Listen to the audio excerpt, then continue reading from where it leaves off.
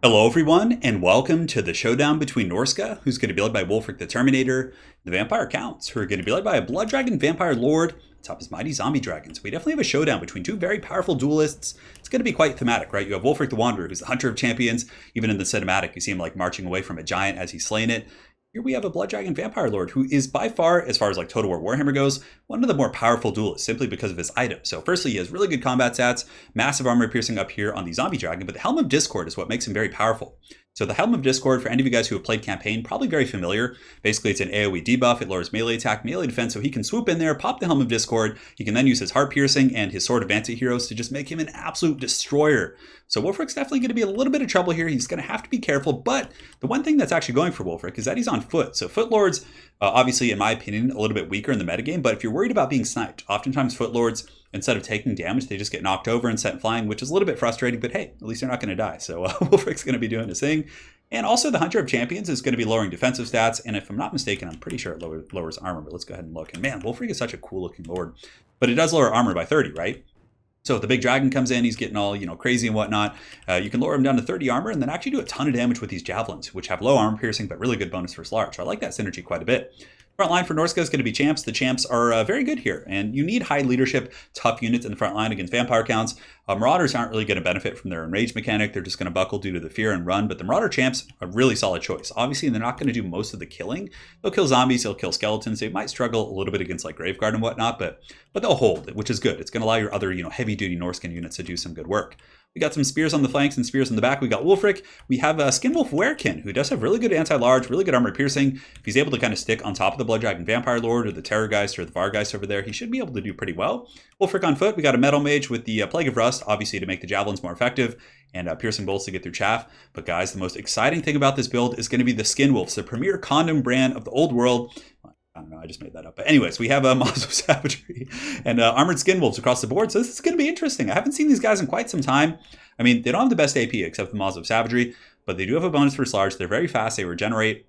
They'll be able to tear apart these terror guys, not terror guys, but the Vargeist pretty effectively. And I think there's a couple of Vargeist over here. So I don't really know. I mean, the Zombie Dragon plus the Terrorgeist are going to be really good against Skin Wolves, but Skin Wolves do have a bonus for large. And, Vampire Counts aren't the most heavily armored plus Plague of Rust. I mean, there's some very cool synergies here in this Norscan army, but for the Vampire Counts army, we've got the Blood Dragon Vampire Lord, pretty good choice. Obviously, he could probably take down Throg, or at least do a ton of damage to him. He's going to be good against WULFRIK, and good against Famir, relatively speaking, with cycle charging and good timing of abilities. He's got a bunch of Fellbats to disrupt javelins and just kind of cause havoc across the battlefield. And this is an interesting pick, but Vargas aren't terrible in the Norscan matchup. I mean, Norsca does have a bunch of lightly armored infantry. I mean, even the champs only have 80 armor. So if you rear charge like a group of champions with, some angry Vargas here, it could break them relatively quick. Go after javelins, go after, berserkers, things like that. So Vargas is kind of a cool pick here. I like it. Zombies across the entire front line. We've got a couple spears. In the back, we have Graveguard, and Skeleton Spears, and more Graveguards. So yeah, pretty neat army. And of course, the Terror guys. So when I first looked at this Vampire Count army, I was like, how are they going to deal with like Famir and things like that? But the Blood Dragon Vampire Lord plus the Terror guys should be more than enough to break off some Famir, especially with rear charges from, Vargeist and things like that. So the Norscans are going to be advancing forward. WULFRIK the Wanderer trotting along on foot with his mage buddy. Javelin's probably going to be lining up their sights on the Blood Dragon Vampire Lord. But what's probably going to happen immediately is that the Fellbats are going to be attacking the Javelins to buy some time for these other troops to get in position. But the Marauder Champs are going to be good here in the front. They're going to hold for quite some time. I don't know who would win head-to-head between Graveguard and Champs. I feel like a Champ would actually be standard Graveguard. It would be very, very close. Depends on healing and a couple other variables, but nonetheless, we'll see. Javelin's going out, doing a little bit of poking damage against the Tithe and the zombies. They are obviously on auto-fire, but you can see here the Norscans are quickly going to re-aim their sights up into the skies. Going to start going after Fellbats and Vargeist and some of these juicier targets. Champs in the front. Going to start beating the hell out of these zombies. Definitely doing some pretty good, work here. The Sternsman piling in. Sternsman will be very, very tough to deal with for sure. But Skin Wolves, they hit hard enough to help out. Spirits are going to be engaging on the flanks against zombies. They'll probably win as well. Obviously, zombies are pretty much just like low-tier chaff units. But, I mean, the Vampire Counts have a very wide army, so they could potentially wrap up and around. But I'm really excited to actually see how the Skin Wolves do.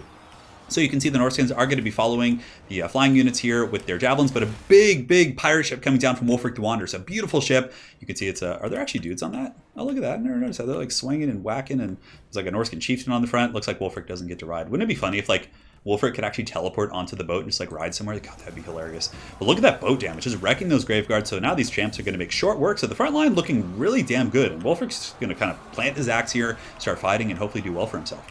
Now on the back line, it's a little bit of anarchy. Fellbats have landed just to disrupt the javelins. Some breath attacks coming down from the Terrorgeist on top of the doggies. Not doing a whole lot of damage, so Seems like a little bit tough for the Vampire Counts to land here, but it looks like they're going to find an opening. So here, they're going to land. Obviously, the Blood Dragon Vampire Lord has such a hard-on for sniping characters. So the Helm of Discord has been popped, lowering the combat stats. I mean, look at that, 12, 15. I mean, putting these guys at 9 and 1. It is such a good item, but the Skin Wolves are going to just charge in there. A ton of damage going down on the caster, but the caster is going to escape. Hunter of Champions is going down as well. So the Blood Dragon Vampire Lord is actually in a bit of a pickle right now. His armor is lowered. Hunter of Champions going down. Plague of Rust probably going down as well. Let's actually go ahead and take a look. So yeah, it looks like just Hunter of Champions. Invocation from the Heck helping out.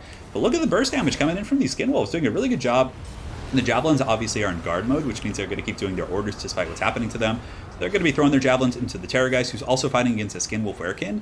The Skin Wolf Werekin might even be able to beat a Terrorgeist. I wonder how that fight would go, actually. I don't know. The Terrorgeists are pretty damn strong, but yeah, the Skin Wolf Werekin's a beast as well. So the Blood Dragon Vampire Lord does get forced back by the Norscan Skin Wolves, the ambassadors of the old world's finest condoms. And yeah, the Skin Wolves doing their thing, just kind of fighting pretty hard. The Vargei's pulling up in the skies. A very good rear charge from the Vampire Count player, also charging into the back of Champions when all the Skin Wolves are a little bit distracted over here. It also looks like Piercing Bolt's going to be going down.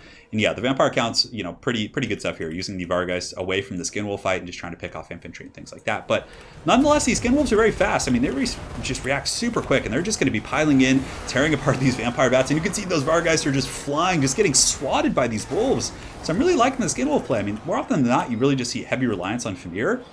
But I think it's pretty cool to see something different like this. So the Vargeist here getting pounded pretty bad. The Terrorgeist and the Blood Dragon Vampire Lord trying to goon out the Shaman Sorcerer, which isn't a bad choice. In the meantime, the Blood Dragon Vampire Lord pops his Heart Piercing, and you can see he's going to be going after WULFRIK. Now, WULFRIK is on foot. He's fully surrounded, so a bit of a dangerous situation, but it looks like the Blood Dragon Vampire Lord's attacks do carry him across the battlefield, so away from WULFRIK. And another fat pirate ship. Oh my goodness, huge damage coming in from those pirate ships. Beautiful stuff here. On the flanks, the spears are just kind of holding spears, so it's a bit of a wet noodle contest over there. Javelins have been repositioned here by the Norscans, and they're going to be throwing into the bats and some of these other units. And the Vargeists, though they did some okay work against infantry, they certainly haven't paid for themselves, and the Skin Wolves were able to just beat the hell out of them, just massive damage coming in here. So WULFRIK and the Metal Caster in relatively good shape. I mean, with the Skin Wolf Werekin plus all the armored Skin Wolves, there's not really like a safe timing to go in and go after WULFRIK. So the Blood Dragon Vampire Lord is going to be pulling back up in the skies, and over here it's going pretty well. The Marauder Spearmen are being overwhelmed by Graveguard. Right here it's a pretty good situation as well, as the remnants of the Vargeist are going to be working on the champions, and the Blood Dragon Vampire Lord and the Terrorgeist are able to somewhat stabilize. There probably could be another Invocation from the Heck, and a big Zombie Dragon Breath going down on top of the doggies here, doing a little bit of work, and it seems like both players have kind of, relatively stabilized. A little bit of an advantage for Norsca, but nonetheless, Vampire Counts are still not out of this picture yet. I mean, a Blood Dragon Vampire Lord plus a Terrorgeist that is, relatively healthy is pretty good. A charge coming in here, and this is what I'm talking about with Foot Lords. Oftentimes, like, had he been on a chariot, he would have taken that damage, but Foot Lords just go flying, which is pretty good. But every time he lands, he's getting hunted by the Skin Wolves here. Hunter of Champions going down as well from WULFRIK.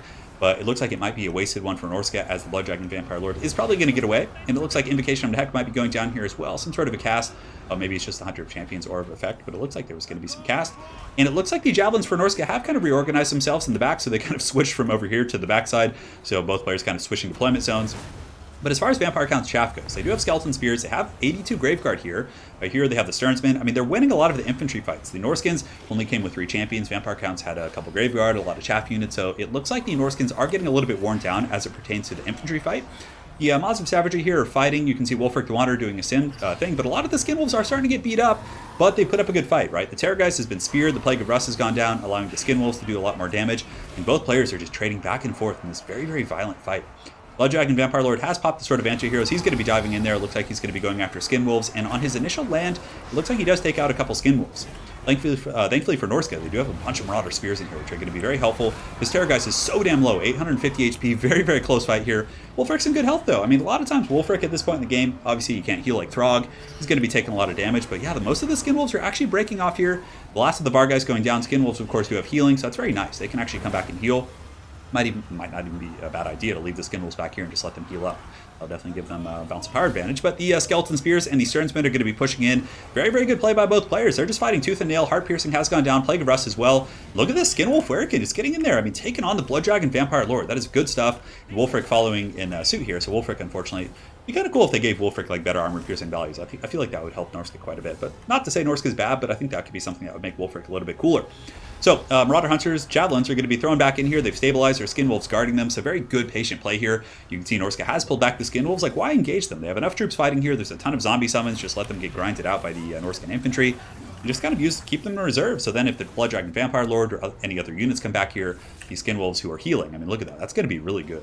They still have, what, 10 of their 18 models? Yeah, that's some decent stopping power. So Javelin's starting to run a little bit low on ammunition. The Blood Dragon Vampire Lord doing a little bit of cycle charging. So the Norscan infantry here pretty buckled up for the most part. I don't think there's much left. A couple champs, but look at that Skin Wolf Werkin going in, trying to get a claw. Oh, he gets tail whipped. That Skin Wolf Werkin just got tail whipped into another dimension. In the back, we do have the Shaman Sorcerer with metal, just kind of hanging out, probably saving his Winds of Magic. Skin Wolf's just healing up in the back, and very, very good patient play here from the Norskins. Because why get in there and like grind with all these summons, right? Just let them dissipate. I'm sure the vampire counts are running a little bit low in Winds of Magic. And look at that, another Skin Wolf coming back. So I think in total, only one of the Skin Wolves like fully was destroyed or shattered off the battlefield. The Marauder Spearmen are going to be pushing forward here to fight a little bit. And the Skin Wolves just moving around in a blob. Just let them kind of roam and heal. I think that's very, very solid. So the Skeleton Spears trying to get in position. I'm not sure where the Skin Wolves are going. We're going to find out in a second. It looks like these Javelins might be going into melee, or maybe they're just trying to scoot forward to go after the Blood Dragon Vampire Lord. WULFRIK is a little bit in danger right now. This is a very close game, and though Norsca does have the balance of power advantage, look at that. One attack from the Blood Dragon Vampire Lord damaging WULFRIK does beautiful work here. Helm of Discord going down, putting him down to 23 melee defense, I think, and also causing a bunch of annoying notifications. Skin Wolf Werkin here, also affected by the Helm of Discord, but nonetheless, it's going to get in there and do some claws.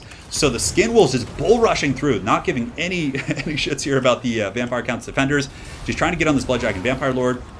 Plague of Rust, Hunter of Champions, Invocation of Heck, both players throwing everything they have at the screen, and it's going to be a close one for sure. I mean, the Skin Wolves are getting a little bit beat up here in the blob, fighting against Sternsmen and Skeleton Spears, but the Blood Dragon Vampire Lord definitely getting the shorter end of the stick, as a Skin Wolf Werkin and all these guys are just force pathing. I'm sure the Norscan players just spam clicking aggressively, trying to take that guy out, but the Plague of Rust is on him.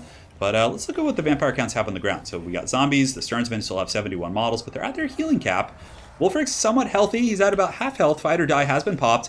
I think that the Norskins, I'm getting so excited, I'm like losing my voice here, but this is actually like the 5th game I've casted today, so I'm getting a little bit raw here. But the Skin Wolves armor doing going to be actually pretty good here. I mean, the armor actually coming into play, right? Because normally Sternsmen and Skeleton Spears all pretty low armor piercing values.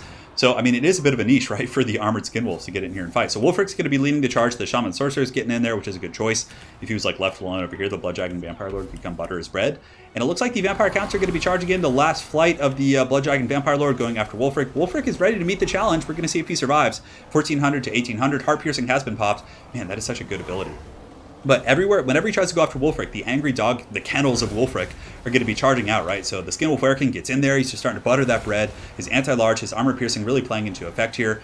And he gets a really nice slap right there. And that's probably going to trigger army losses for the Vampire Counts pretty soon. The regeneration plus WULFRIK being healthy, Skin Wolf Werkin being pretty healthy. But, I mean, the Blood Dragon Vampire Lord's doing some damage back.